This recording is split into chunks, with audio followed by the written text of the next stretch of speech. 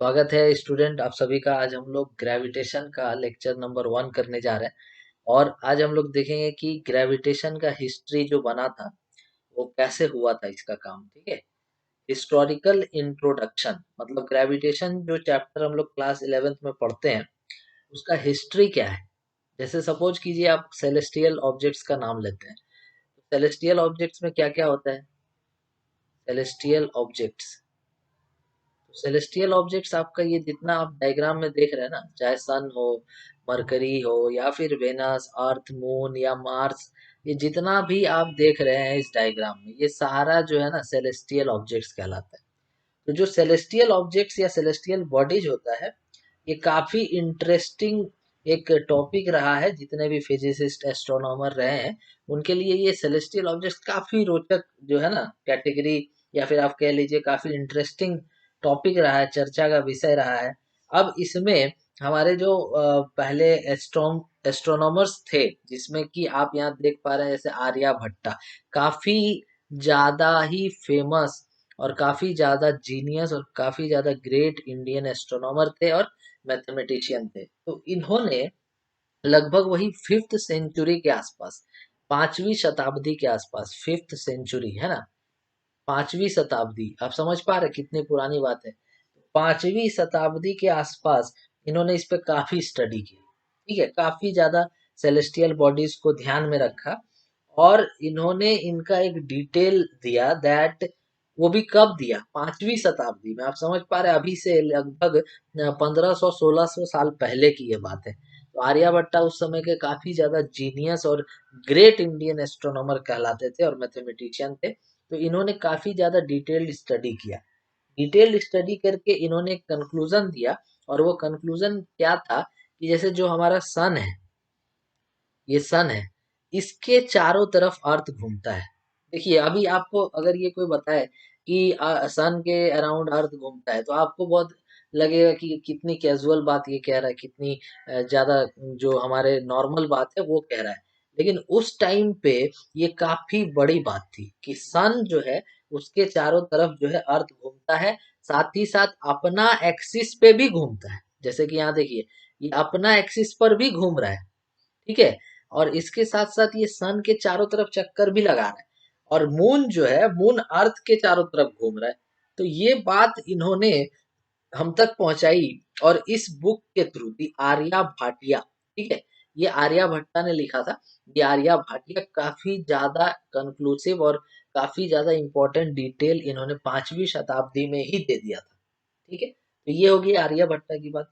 अब इसके हजार साल बाद, मतलब इसके हजार साल बाद मतलब कि लगभग आप कह लीजिए तो वो समय था हमारा वही 1546 से लेकर के 1601 और 1571 से लेकर के 1630, ये जो समय था इसमें काफी 1000 साल बाद की बात है। सोचिए आर्यभट्टा ने बात किया था 5वीं शताब्दी में, उसके 1000 साल के बाद दो साइंटिस्ट, एक टाइको ब्राहे और एक जोहान्स कैपलर, ठीक है, ये जो दो साइंटिस्ट थे इन्होंने एक बहुत ही अच्छा स्टडी किया। किसका स्टडी किया, तो जो प्लैनेटरी मोशन है, प्लैनेटरी मोशन का मतलब हो गया कि जैसे सन के अराउंड अर्थ घूम रहा है, अर्थ के अराउंड जो है मून घूम रहा है ना, इसी तरह से सारा प्लैनेट्स घूम रहा है।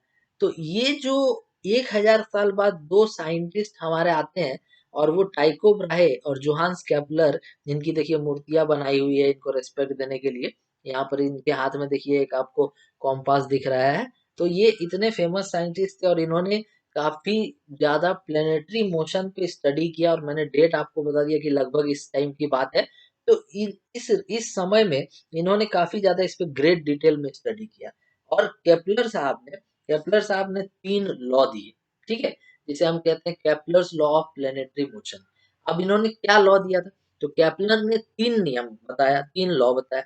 और वो क्या था कि पहला बोला कि सन जो है ना, सन एक फोकस पर फिक्स रहेगा, सन एक फोकस पर फिक्स रहेगा और जो भी प्लेनेट होगा वो इसके चारों तरफ इलिप्टिकल पाथ में घूमेगा।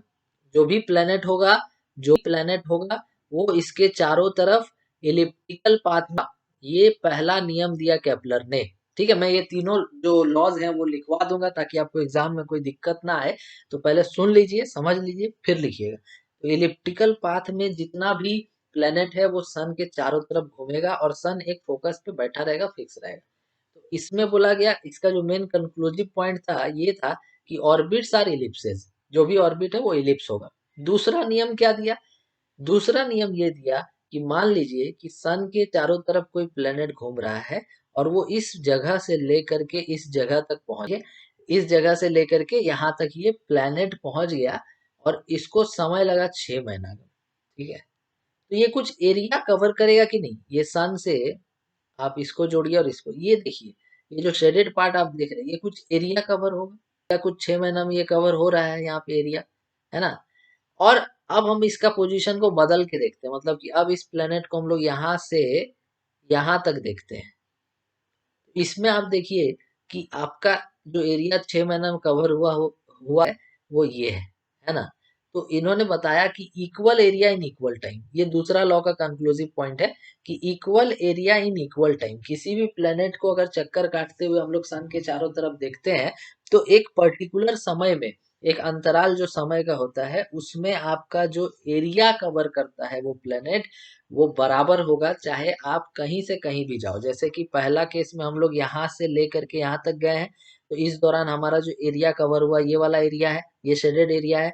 अब हम लोग दूसरा जगह पे देखते हैं, अब हम लोग इस जगह से प्लेनेट को ले जाते हैं यहाँ तक, तो अब जो एरिया कवर हुआ वो ये वाला एरिया कवर हुआ है। तो ये जो दोनों एरिया होगा, प्लेनेट के द्वारा कवर किया हुआ एरिया, ये आपका बराबर होगा। देखने में लग रहा होगा कि ये वाला एरिया ज्यादा है और ये वाला एरिया कम है, लेकिन अगर आपका समय बराबर है दोनों में, तो एरिया जो कवर हुआ होगा वो भी दोनों केस में, जैसे मान लीजिए इसको इसको कह दे रहे एरिया 1 और इस वाला को कह दे रहे एरिया 2, तो एरिया 1 जो है वो एरिया 2 के बराबर हो जाएगा अगर समय आपका बराबर है। ये दूसरा नियम का कंक्लूजन हो गया।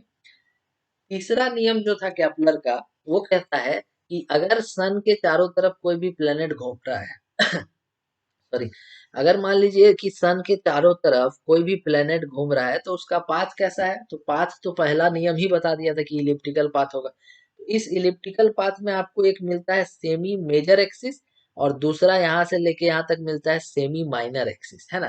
तो semi major axis, semi minor axis. तो ये तीसरा नियम ये बोलता है कि जब भी आपका प्लेनेटरी मोशन होगा तो उस केस में जो प्लेनेट का टाइम पीरियड होगा, टाइम पीरियड क्या होता है कि एक चक्कर काटने में जितना समय लगे, पूरा एक कंप्लीट रिवॉल्यूशन करने में जितना समय लगे, उसको हम लोग कहते हैं वन टाइम पीरियड। तो जो वन टाइम पीरियड का स्क्वायर होगा वो एकदम प्रोपोर्शनल होगा ए क्यूब का। और ए क्या है यहाँ पे? तो सेमी मेजर एक्सिस। ए क्या है? Semi major axis. तो जब भी आपका कोई भी प्लेनेट सन के चारों तरफ इलिप्टिकल पाथ में चक्कर काटेगा तो एक चक्कर काटने में जो समय लगता है जिसको टाइम पीरियड कहते हैं, उसका स्क्वायर डायरेक्टली प्रोपोर्शनल होगा ए क्यूब का, जिसमें ए कौन सा है? ये आपका सेमी मेजर एक्सिस का वैल्यू है। तो ये तीन नियम जो है ना, केपलर ने स्टडी करके एकदम फटाफट दे दिया है और इसको हम लोग लिख लेते हैं। इसको लिख करके आप नोट कीजिए कॉपी में, ताकि जो है आप उसको याद रख पाए। वैसे कंक्लूजन से भी आप याद रख सकते हैं, डायग्राम से भी याद रख सकते हैं, लेकिन एग्जाम में अगर सटीक अक्षर और सटीक डेफिनेशन लिखिए तो नंबर ज्यादा मिलेगा। तो इसी वजह से हम लोग उसको डेफिनेशन को यहाँ पे लिख लेते हैं। ओके, अब देखिए ये तीन नियम आपको कॉपी में लिख लेना है। पहला कि ऑल प्लैनेट्स, जितना भी planet, all planets move in elliptical orbit with the sun at the focus. समझा दिया है आपको, बस लिखना है आपको। दूसरा कि the radius vector from the sun to the planet. अब इसमें थोड़ा सा मैं समझा देता हूँ कि रेडियस वेक्टर क्या है। देखिए रेडियस वेक्टर यहाँ पर क्या है कि जैसे सन को, ये सन को और प्लैनेट को जोड़ दीजिए, तो इसके बीच में एक लाइन बनेगा ऐसे, यहाँ से लेकर के यहाँ तक, ये जो लाइन है ये एक रेडियस वेक्टर है। तो ये रेडियस वेक्टर क्या करेगा? Sweeps out. स्वीप्स मतलब जैसे मान लीजिए आप जमीन में पोछा लगाते हैं, तो पोछा लगाते हैं तो आप कपड़ा को ऐसे क्या करते हैं, नीचे में सरकाते हैं ऐसे, तो उसको बोलते हैं स्वीप करना, है ना? ये आसान भाषा में समझिए कि जब आप सन से प्लेनेट तक एक लाइन ड्रॉ करेंगे तो वो लाइन कहलाएगा रेडियस वेक्टर। तो the radius vector from the sun to the planet sweeps out. Sweeps मतलब समझ गए, equal area in equal time. समझा दिया है और ज्यादा जोर देने का जरूरत नहीं है इसमें। नेक्स्ट देखिए, ये तो हो गया। अब थर्ड वाला क्या कह रहा है कि the square of the time period of the planet T square is proportional to the cube of the semi major axis, T square proportional to A cube, है ना, एक्सिस ऑफ द इलिप्स। तो ये तीन law जो है copy में एकदम note करके रख लीजिए। और नोट क्या क्या करना है अभी तक में देखिए, पहले आपको ये नोट करना है कि जो सेलेस्टियल ऑब्जेक्ट्स है काफी रोचक इंटरेस्टिंग चीज रहा है, जितने भी एस्ट्रोनॉमर है मैथमेटिशियन एंशियंट टाइम से लेके, ये नोट कर लीजिए। दूसरा, आर्यभट्ट एक बहुत famous great Indian astronomer mathematician थे 5वीं शताब्दी में। चलिए ठीक है, इन्होंने एक बुक लिखा, क्या लिखा, आर्यभट्टिया। इसमें क्या बताया, तो इसमें ये बताया कि जो अर्थ है वो अपना एक्सिस में घूमेगा, सन के चारों तरफ भी घूमेगा और मून जो है उसके चारों तरफ घूमेगा। ये उसका कंक्लूजन हो गया। तीसरा, कि 1000 साल बाद दो साइंटिस्ट टाइको ब्राहे और जोहान्स केपलर, ये दो साइंटिस्ट आए। तो इन दोनों ने काफी स्टडी किया प्लेनेटरी मोशन में, उनका ईयर भी मैंने लिख दिया है, टाइको ब्राहे का और जोहान्स केपलर का यहाँ लिखा हुआ है। इसी दौरान उन्होंने तीन लॉ बनाया, प्लेनेटरी मोशन का तीन लॉ बनाया। पहला क्या था कि जितना भी प्लेनेट है सन के चारों तरफ इलिप्टिकल ऑर्बिट में घूमेगा। दूसरा ये बनाया कि जो भी प्लेनेट एरिया कवर करेगा इक्वल टाइम में वो बराबर होगा। तीसरा ये बोला कि जो टाइम पीरियड का स्क्वायर होगा वो प्रोपोर्शनल होगा ए क्यूब का। तो अभी तक हम लोग इतना पढ़ लिए, अब आगे चलते हैं। अब देखिए न्यूटन की बात हम लोग करेंगे। देखिए शुरू में मैंने न्यूटन का यहाँ फोटो लगाया था, यहाँ देखिए न्यूटन, ये न्यूटन है हमारे। न्यूटन भी काफी फेमस और काफी जो महान वैज्ञानिक अभी तक के माने जाते हैं। तो इन्होंने क्या किया था देखिए, अब इनका स्टोरी हम लोग समझते हैं। यहाँ पर ये पढ़ते थे कहाँ पे, तो कैम्ब्रिज यूनिवर्सिटी में, है ना। कैम्ब्रिज काफी ज्यादा ही फेमस यूनिवर्सिटी है, आप लोगों को पता होगा, नहीं पता होगा तो गूगल में थोड़ा सा सर्च कीजिएगा कैम्ब्रिज यूनिवर्सिटी के बारे में, आखिर क्या चीज है भाई, क्यों इतना फेमस है। तो देखिए कैम्ब्रिज यूनिवर्सिटी में पढ़ाई करते थे। अभी कैम्ब्रिज यूनिवर्सिटी में पढ़ाई तो कर रहे थे, जैसे आप भी कहीं किसी स्कूल में पढ़ रहे हैं, आगे जाइएगा तो कॉलेज जाइएगा, यूनिवर्सिटी जाइए, कहीं पढ़िएगा। तो इस तरह से न्यूटन वहां पे पढ़ाई कर रहे थे। हुआ क्या, प्लेग आ गया। जैसे अभी कोरोना वायरस महामारी चल रहा है, उसी टाइप से उस समय जो है लगभग 1665 का दौर था, नोट कर लीजिएगा 1665, 1665। तो 1665 के टाइम में प्लेग आ गया, महामारी फैल गया, लोग मरने लगे। एकदम जो बोलते हैं ना, लंदन का जो 15% आबादी एकदम साफ हो गया। ठीक है, तो ये प्लेग का इफेक्ट था। तो न्यूटन जो है लॉकडाउन में चले गए घर, लॉकडाउन में घर चले गए तो उनको रहना पड़ा घर में। उनका उम्र जो था ना उस टाइम लगभग 23 साल का उम्र था। समझिए कितना कम उम्र में वो इतना बड़ा बड़ा काम करके गए हैं। तो कैम्ब्रिज यूनिवर्सिटी से वो आ गए घर। कहाँ आ गए, तो लिंकन शायर बोलते थे, तो वो आ गए, जो कि इंग्लैंड में। यार कैम्ब्रिज जो है, इससे देखिए कितना दूरी पे है, ये लिंकन शहर हो गया और इधर आपका कैम्ब्रिज हो गया। तो देखिए ज्यादा दूरी नहीं था, लगभग 2 घंटा 1.5 घंटा का समय लगता था, है ना। तो ये आ गए अपने घर, 23 साल का इनका उम्र था। तो ये घर आ गए, अब बैठे हैं तो क्या करेंगे, जैसे लॉकडाउन इतना दिन गुजर गया, आप क्या किए होंगे, है ना। तो समझिए कि न्यूटन जो है घर आकर के बैठे और काफी इनको समय मिला मैकेनिक्स में और ऑप्टिक्स में एकदम जो है गर्दा मचा दी, एकदम बोलते हैं ना जिसको कि मतलब ये एक रिवॉल्यूशन ला दिए, रिवॉल्यूशन ला दिए, इतना मतलब काम कर दिए ये मैकेनिक्स और ऑप्टिक्स डिपार्टमेंट में। तो इनका एक उस टाइम बहुत ही अच्छा कोट दिए थे इस बारे में। देखिए क्या कोट था कि फॉर दोज, समझिए इस कोट को मेरे साथ आप भी, for for in those days, मतलब किस समय की बात कर रहे हैं, तो महामारी जब फैला था, घर में बैठे थे लॉकडाउन में। तो for in those days I was in the prime of my age, मतलब एकदम जवान चेंगड़ा थे, prime of my age. For invention, invention के लिए एकदम जो है बोलते हैं ना जोश जुनून भरा हुआ था। और and minded mathematics and philosophy, और मैंने एकदम मैथमेटिक्स और फिलोसफी में गर्दा उड़ा दिया, more than at any time since, मतलब उस समय जैसा किया वैसा कभी नहीं किया था। ये न्यूटन साहब ने कोटेशन दिया था, उस समय काम करके इतना खुश हुए थे। ठीक है, तो चलिए न्यूटन का बात हो गया कि आखिर कैसे आए, क्या काम किए, क्या, तो ये थोड़ा सा आइडिया आपको मिल गया। बहुत ज्यादा पढ़ना चाहते तो गूगल पे सर्च मारिए कि न्यूटन क्या क्या काम किए थे 1665 में, एकदम पूरा डिटेल मिलेगा। लेकिन यहाँ पर हम लोग को उतना जरूरत नहीं है, हम लोग को ग्रेविटेशन 11 के हिसाब से पढ़ना, थोड़ा स्टोरी बता दिए ताकि आपका भी इंटरेस्ट बना रहे। अब आगे देखिए, ये देखिए क्या है, इनका काम क्या है, तो थोड़ा सा हम लोग समझते हैं जो हम लोग को पढ़ना है उसके अनुसार। जैसे यहाँ पे मून है, ठीक है, और ये हमारा हो गया अर्थ, ठीक है। अब रिवॉल्यूशन करेगा कौन, अर्थ के चारों तरफ मून। तो इसको जो टाइम लगता है ना, एक रिवॉल्यूशन करने में ये लगता है 27.3 दिन का समय। ठीक है।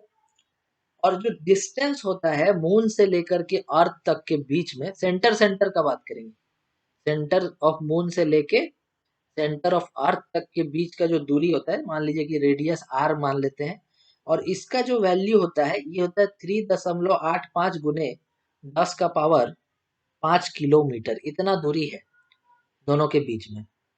ठीक है। तो अगर यहाँ पर हम लोग को एक्सीलरेशन निकालना है, इसका एक्सीलरेशन, मून का एक्सीलरेशन, तो यहाँ लिख रहे हैं कि एक्सीलरेशन ऑफ मून, अगर हम लोग को चाहिए एक्सीलरेशन ऑफ मून, तो हम लोग यहाँ सर्कुलर मोशन वाला फॉर्मूला लगाएंगे। अभी सर्कुलर मोशन पहले पढ़ा चुके हैं, उसके बारे में एकदम चर्चा हम नहीं करेंगे। हम तो एक्सेलरेशन हो जाएगा ओमेगा स्क्वायर आर, जिसको हम लोग बोलते हैं सेंट्रीपिटल एक्सीलरेशन, और इसका जो डायरेक्शन होता है वो अर्थ के सेंटर की तरफ होगा, ऐसे होगा एक्सेलरेशन का डायरेक्शन। तो एक्सेलरेशन कितना हो जाएगा, ओमेगा स्क्वायर आर। अब बोलोगे कि सर ओमेगा कहाँ है, सर ओमेगा कैसे आएगा? देखिए, टाइम पीरियड का फॉर्मूला होता है 2 पाई बाई ओमेगा। ओमेगा, तो ओमेगा का क्या होगा, तो ओमेगा का हो जाएगा 2 पाई बाई टी। नहीं हो जाएगा, तो 2 पाई तो कांस्टेंट हो गया, टाइम पीरियड हम लोग जानते हैं, तो यहाँ से एक्सेलरेशन निकालेंगे। ठीक है, ओमेगा की जगह रख देंगे 2 पाई बाई टी, और इसका करना पड़ेगा होल स्क्वायर गुने आर। तो देखिए 2 पाई का हो जाएगा 4 पाई स्क्वायर, और यहाँ पर जो तुम्हारा टाइम पीरियड है ना, ये टाइम पीरियड दिया हुआ है डेज में, इसको बदलना होगा सेकेंड में, और रेडियस को बदलना होगा इसमें क्या बोलते हैं, मीटर में। ये सब करके हम लोग को एक्सेलरेशन मिलेगा। तो हम उतना बदल नहीं रहे, हम जो दिया है उसी को लिख दे रहे हैं, आप समझ जाइए।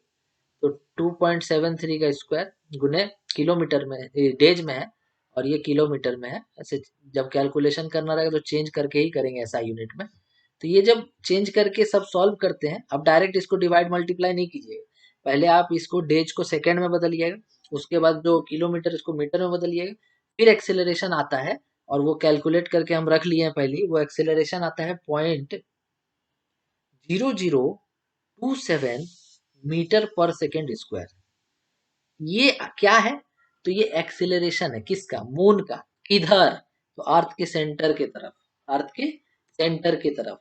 तो ये इससे ये बात साबित हुआ कि न्यूटन बोले कि जब कोई फोर्स नहीं लग रहा होगा, फोर्स जब कोई नहीं लग रहा होगा, तो ये एक्सीलरेशन का वैल्यू कहाँ से आएगा, क्योंकि फोर्स किसी बॉडी पे लगाइएगा तब ना वो एक्सेलरेट करेगा।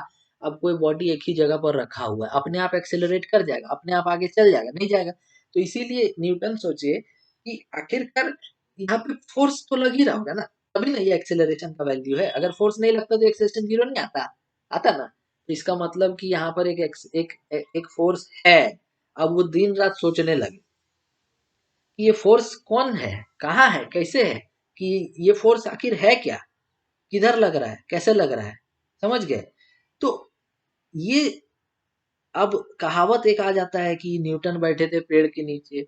न्यूटन कहाँ बैठे थे, पेड़ के नीचे, अचानक से गिर गया सेब, अचानक से सेब गिर गया। तो सेब जब नीचे गिर गया, तो सेब के नीचे गिरने से बोले कि अच्छा तो ये बात है, ये जो सेब है ये अर्थ की तरफ अट्रैक्ट हुआ है, मतलब अर्थ उसको खींचा है। उस टाइम एक बहुत ही मतलब एक तरह का विश्वास चला हुआ था सबके पास कि जो भी अर्थ में जो काम होता है, जैसे सेब गिर गया अर्थ की तरफ, है ना, या फिर आप कोई ऊंचाई जगह से गिर गए नीचे, तो ये सब अलग नियम पे काम करता है। और जो मून हो गया, सन हो गया, जुपिटर हो गया, वेनस हो गया, मार्स हो गया, ये सब अलग नियम पे काम करता है। नहीं, लेकिन न्यूटन बोले नहीं नहीं नहीं, ऐसा नहीं है, ऐसा एकदम नहीं है। जो काम अर्थ में हो रहा है, जैसा जैसा नियम अर्थ के बॉडीज के लिए है, उसी तरह का नियम सारा सेलेस्टियल बॉडीज के लिए है। ये न्यूटन बोले। तो ये कहावत है कि न्यूटन पेड़ के नीचे बैठे थे, सेब जो है नीचे गिरा, इसी से लॉ ऑफ ग्रेविटेशन आ गया। नहीं, वो पहले से बहुत काम कर रहे थे, ये तो एक कहावत है। तो इन इसी के जरिए हम लोग समझते हैं कि हुआ क्या, कि न्यूटन पेड़ के नीचे बैठे थे, सेब गिरा नीचे। तो अब न्यूटन को समझ में आ गया कि ये जो सेब नीचे गिरा है, जरूर अर्थ इस पे कोई ना कोई फोर्स लगा रहा होगा नीचे की तरफ। नहीं तो ये सेब नीचे कैसे आएगा, अपने आप कैसे आएगा। ये जब भी कोई बॉडी नीचे गिरता है ना अर्थ में, तो उसका एक एक्सेलरेशन होता है, आपको पता होगा, जिसको बोलते हैं एक्सेलरेशन ड्यू टू ग्रेविटी। और इसका वैल्यू होता है 9.8 मीटर पर सेकेंड स्क्वायर, ये वैल्यू होता है।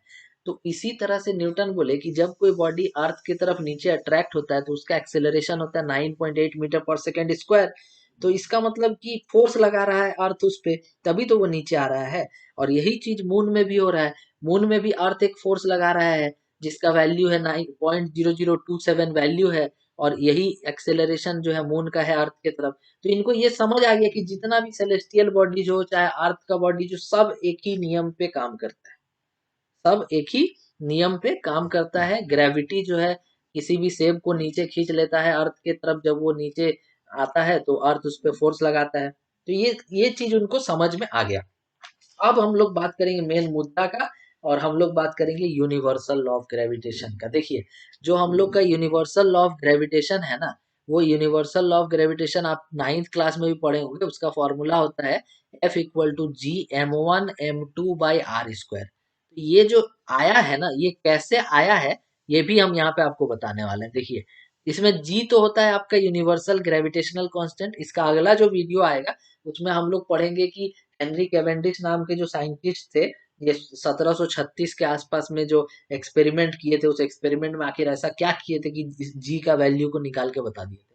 तो ये जी जो होता है ना, काफी इंपॉर्टेंट है। और इसका मतलब होता है universal gravitational constant. Universal gravitational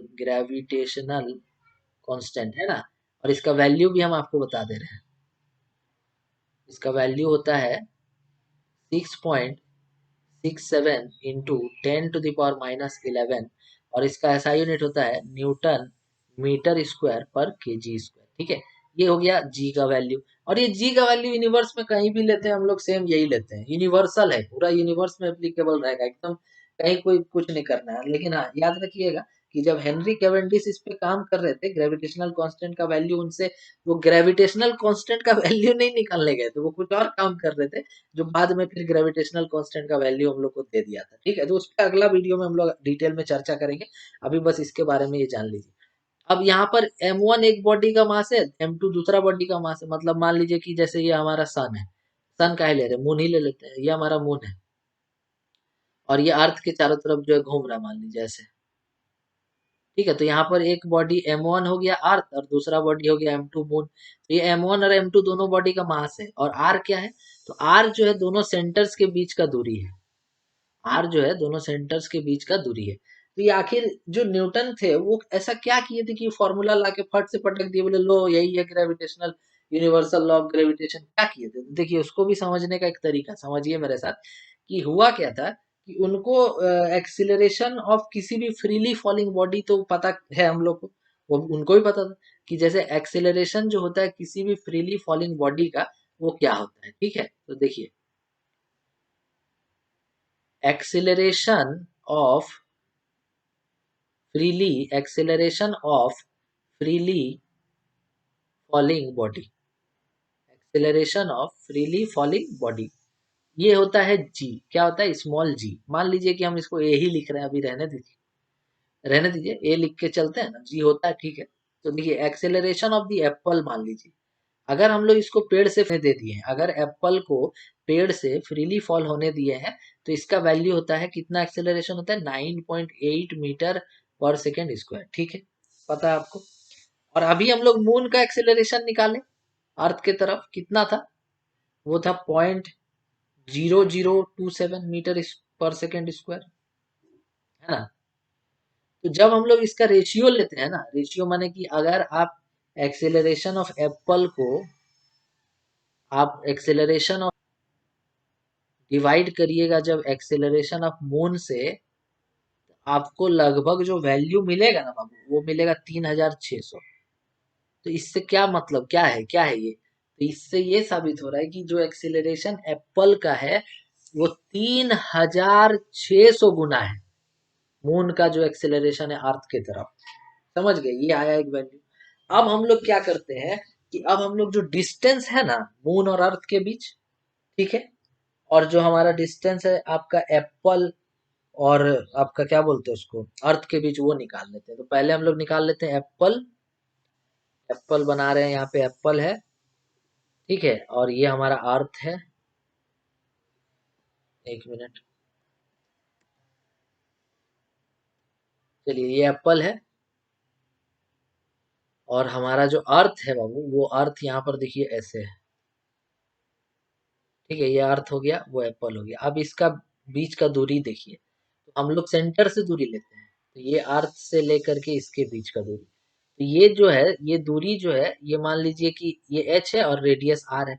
तो आप आर प्लस एच नहीं लिखिएगा, क्योंकि आर प्लस एच लगभग आर के बराबर ही होगा ना, क्योंकि रेडियस ऑफ अर्थ काफी ज्यादा होता है, 6400 किलोमीटर होता है, बहुत बड़ा वैल्यू। तो हम लोग आर प्लस एच को लगभग नेग्लिजिबल मान के एच को आर ही ले लेते हैं। तो डिस्टेंस बिटवीन हमारा एप्पल एंड क्या बोलते हैं उसको, अर्थ कितना हो गया? डिस्टेंस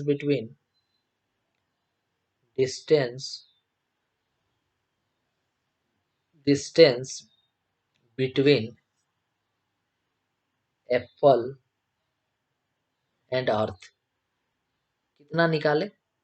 तो यही मान के चलिए, 6400 किलोमीटर ही लेके चलिए। अब नेक्स्ट हम लोग डिस्टेंस ले लेते हैं, कौन वाला? तो मून और अर्थ के बीच, वो तो पहले ही लिखे थे ना हम, दिखा देते हैं क्या लिखे थे। Distance between moon and earth, moon और अर्थ के बीच का दूरी हम लिखे थे 3.85, है ना, गुने 10 का पावर 5 किलोमीटर।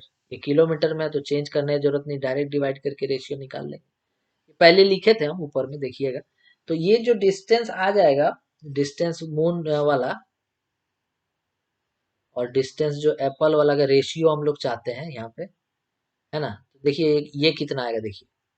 तो मून वाला का वैल्यू कितना है? 3.85 गुने 10 का पावर 5, है ना। और एप्पल वाला का वैल्यू कितना है? एप्पल वाला का वैल्यू 6400 किलोमीटर, दोनों किलोमीटर में डायरेक्ट डिवाइड मारिए, तो ये लगभग आ जाएगा आपका 60, लगभग 60, है ना। अब मजा आएगा। अब देखिए, आप अभी एप्पल और मून का रेशियो निकाले, 3600 आया, और मून और एप्पल का डिस्टेंस का रेशियो निकाले, 60 आया, है ना, आया ना। तो देखिए, तो हम इसको ऐसे लिखे तो क्या हो जाएगा? ध्यान से देखिए। अगर हम एप्पल बाई, ये एक्सेलरेशन है, ठीक ना, बार बार नहीं बोल रहे हैं। एप्पल बाई मून का रेशियो जो है कितना था हम लोग का? एप्पल बाई मून का रेशियो कितना था? 3600, 3600, ठीक है। अगर हम इसको 3600/1 लिखे तो कोई दिक्कत नहीं, बतिया बराबर है। 3600 का मतलब हो सकता है 60/1 का स्क्वायर, क्योंकि 6 6 36, बात बराबर है। अच्छा, ये 60/1 को हम ये नहीं लिख सकते हैं क्या? एप्पल बाई मून का स्क्वायर डिस्टेंस वाला लिख सकते हैं ना जी, एकदम लिख सकते हैं। देखिए, 60/1 है ना। सॉरी, उल्टा कर दिए, एक मिनट उल्टा हो गया थोड़ा। हाँ, 60/1 है ना, तो 60/1 है तो क्या है? मून बाई एप्पल है, मून बाई एप्पल है। ध्यान से देखिए, मैथ यूज हो रहा है, ध्यान से देखिए। तो ये इससे क्या साबित हो रहा है? इससे क्या साबित हो रहा है? इससे ये साबित हो रहा है कि एक्सेलरेशन ऑफ एप्पल, और यहाँ पे क्या? डिस्टेंस ऑफ एप्पल, यहाँ पे क्या? एक्सेलरेशन ऑफ मून, और यहाँ पे क्या? एक्सेलरेशन डिस्टेंस ऑफ मून, माने कि जो एक्सेलरेशन है वो इनवर्सली प्रोपोर्शनल टू 1/r² है कि नहीं। माने कि एक्सेलरेशन जो है, एक्सेलरेशन ऑफ एप्पल ऊपर और यहाँ डिस्टेंस नीचे एप्पल का, एक्सेलरेशन ऑफ मून नीचे और यहाँ डिस्टेंस मून का ऊपर, और साथ में स्क्वायर, मतलब कि जो भी एक्सेलरेशन होगा वो इनवर्सली प्रोपोर्शनल होगा r² का, डिस्टेंस का स्क्वायर का, होगा ना। अब देखिए, अब फोर्स जो होता है वो मास इंटू एक्सेलरेशन होता है, फोर्स होता है मास इंटू एक्सेलरेशन, मतलब मास तो कांस्टेंट वैल्यू होता है जी। तो एक्सेलरेशन अगर इनवर्सली प्रोपोर्शनल है r² का, तो फोर्स भी तो इनवर्सली प्रोपोर्शनल होगा ना r² का, होगा कि नहीं होगा? यहाँ पर ये बोले न्यूटन कि जो भी फोर्स लग रहा है मून और अर्थ के बीच बात कर लो, चाहे एप्पल और अर्थ के बीच में बात कर लो, ये जो फोर्स है ना भाई, ये 1/r² का प्रोपोर्शनल है, एकदम मान लीजिए हम बता दिए हैं आपको, ना न्यूटन ऐसा बोले, ठीक है।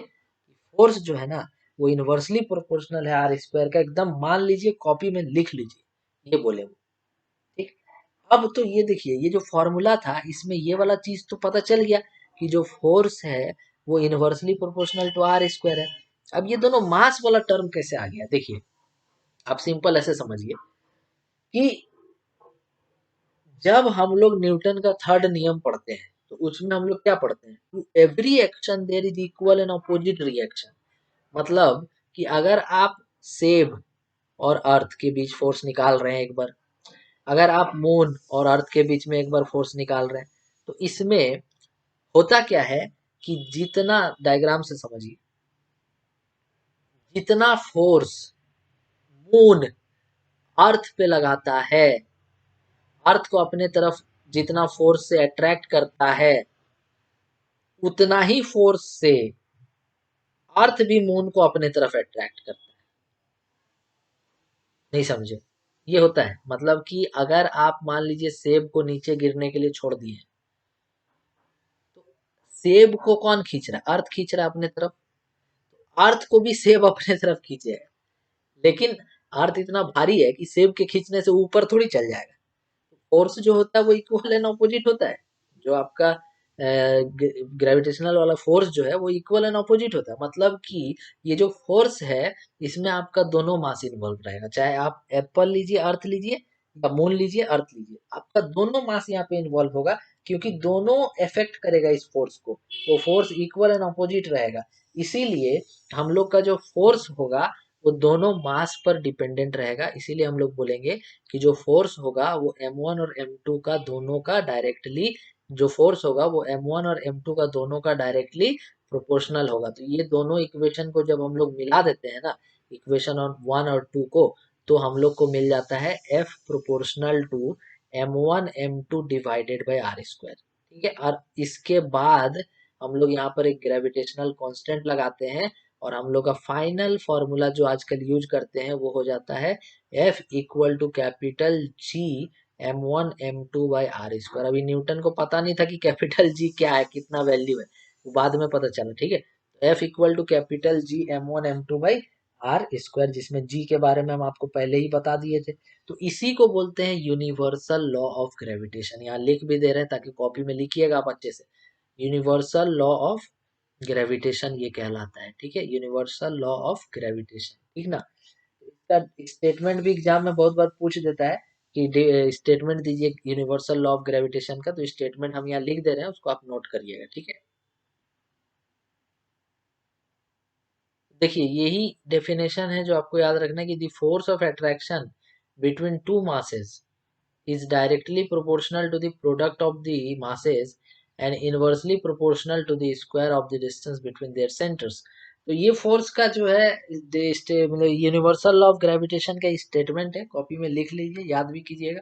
तो आज हम लोग बहुत इंपॉर्टेंट चीज पढ़े, एक बार एकदम फटाक से 2 मिनट में रिकॉल करते हैं। ठीक है, 2 मिनट में रिकॉल करते हैं। देखिए यहाँ तक हम लोग रिकॉल कर लिए थे, केपलर तक। यहाँ देखिए न्यूटन पढ़ रहे थे कैम्ब्रिज में, 1665 का बात था, महामारी चला हुआ था एकदम, कोविड 19 से भी खतरनाक टाइप का समझ लीजिए। उस टाइम टेक्नोलॉजी भी उतना अच्छा नहीं था, बहुत लोग मर रहे थे। ये आ गए घर, लिंकन आ गए, लिंकन शायर में आ गए, एक कोट दिया, पूरा एकदम खुश हो गया, अपना काम से कोटेशन दे दिया। उसके बाद फिर इस पे काम कैसे हुआ तो वो हम आपको बताए कि मून और अर्थ का एग्जांपल लिए, और इसमें दिखाया कि एक्सेलरेशन ऑफ मून कितना होता है। तो न्यूटन में सोच में पड़ गए कि ये एक्सेलरेशन वहाँ कहाँ से आ रहा है, कैसे आ रहा है। पेड़ के नीचे बैठे तो सेब नीचे गिरा, एप्पल एप्पल नीचे गिरा अर्थ की तरफ, तो सोचने लगे कि अर्थ उसको अट्रैक्ट कैसे कर लिया। मतलब वहां भी यही काम हो रहा है, मून मून को भी अर्थ अपने तरफ अट्रैक्ट कर रहा है। Gravity, acceleration due to gravity का वैल्यू हम लोग जानते थे फ्री फॉलिंग बॉडी के लिए। तो हम लोग क्या किए कि मून का डिस्टेंस पता था, सब कुछ पता था हम लोग को, तो हम लोग रेशियो निकाल लिए किसका, तो एक्सेलरेशन ऑफ एप्पल हम जान गए, एक्सेलरेशन ऑफ मून जान गए, दोनों का रेशियो निकाल लिए। फिर हम लोग डिस्टेंस का रेशियो निकाल लिए, फिर एक रिलेशन दे दिए कि जो एक्सेलरेशन है वो इनवर्सली प्रोपोर्शनल होगा आर स्क्वायर का। तो फोर्स जो होता है मास इंटू एक्सेलरेशन होता है, तो फोर्स भी इनवर्सली प्रोपोर्शनल होगा आर स्क्वायर का। उसके बाद न्यूटन का तीसरा नियम के अनुसार दोनों मास जो है इक्वल एंड ऑपोजिट फोर्स लगाएगा एक दूसरा पे, मतलब दोनों मास का प्रोडक्ट भी इसमें काम करेगा फोर्स में, तो उसके भी प्रोपोर्शनल हो जाएगा। तो फोर्स इक्वल टू आ गया फॉर्मूला कि G M1 M2 by r square होगा। इसमें इंपॉर्टेंट है कि आपको कैपिटल जी का वैल्यू याद होना चाहिए, आपको उसका यूनिट याद होना चाहिए, डायमेंशन भी याद होना चाहिए। तो ये हमारा स्टेटमेंट भी है। तो मुझे उम्मीद है कि आपको ये वीडियो बहुत अच्छा लगा होगा।